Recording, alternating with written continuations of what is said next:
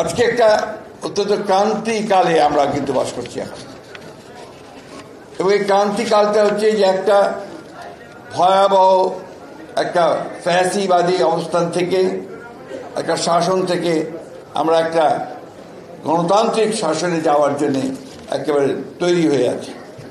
গোটা দেশের মানুষ এখন সেইটাই চায় যে অতি দ্রুত যেন তারা একটা গণতান্ত্রিক পরিবেশে ফিরে যেতে পারে।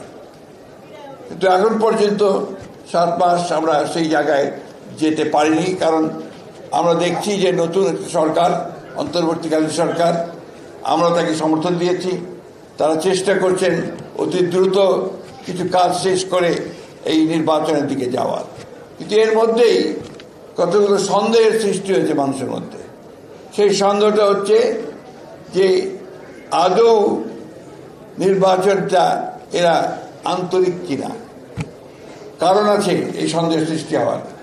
তার মধ্যে গতকালই একটা খবর বেরিয়েছে, নিশ্চয়ই আপনারা দেখেছেন, যে স্থানীয় সরকার উপদেষ্টা যিনি আছেন তিনি বলেছেন ফ্যাসিস্টদের লোকেরা যদি কেউ মাপ চেয়ে নির্বাচনে অংশ নিতে চায় তাহলে তারা অংশ নিতে পারবে।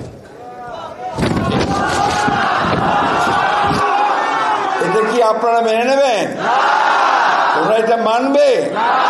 এর থেকে এটাই প্রমাণিত হয়েছে যে তারা এখন তাদের নিজেদের স্বার্থে ওই ফ্যাসিস্টদেরকেও তারা জায়গা দিতে চায়। আমি কথাটা এই জন্যই তুললাম, যেটা অনেককেই দেখলাম, আমি আপনারা ঠিক খেয়াল করেননি যে এই কথাটা কালকে স্থানীয় সরকার উপদেষ্টা বলেছেন, হুইচ ইজ ডেঞ্জারাস। তার মানে কি আমরা এটা মনে করব যে তারা সরকারে থেকে তাদের দল গোছানোর জন্য তারা বিভিন্ন রকম কৌশল নিচ্ছেন? সেই কৌশল নিলে তো আমরা তা হতে দেব না, এই দেশের মানুষ তা হতে দেবে না।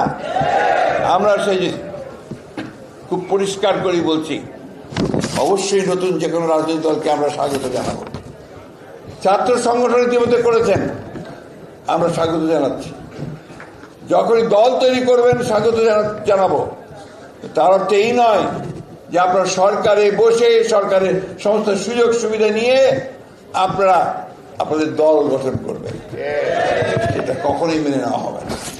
আমি আবারও বলতে চাই অন্তর্বর্তীকালীন সরকারকে এবং সরকার প্রধানকে যে আপনি অবিলম্বে এই বিষয়গুলো ব্যবস্থা নিন, তা নাহলে জনগণের যে আস্থা আপনাদের উপরে আছে সে আস্থাও আপনাদের উপরে আর থাকবে না।